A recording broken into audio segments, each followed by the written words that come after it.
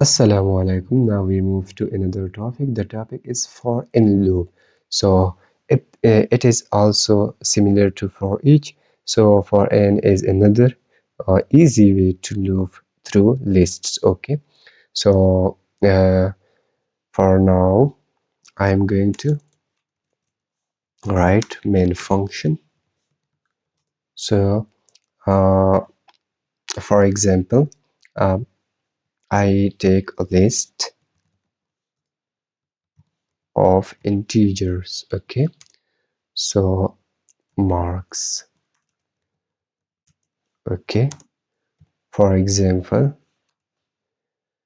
30, 50, 60, 80, okay, 90. Okay, so now if you want to front any uh, item, okay, you just front all these marks, okay, one by one. So for in loop is use, first of all, you just, if I write here integer, so every every value, every item is stored in this variable. Okay, okay, in marks. Okay, so I'm going to show you now print, okay, v.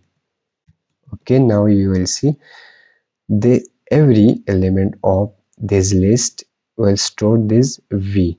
Okay, this value you can also, I'm just write value. Okay, so value. Okay, so now I'm going to show you that how it work. Okay, so now you can see 30, 50, 60. Okay, it is very useful and practical and real projects. Okay, so I think it's enough for now, and uh, I will see you in the next video. Allah Hafiz.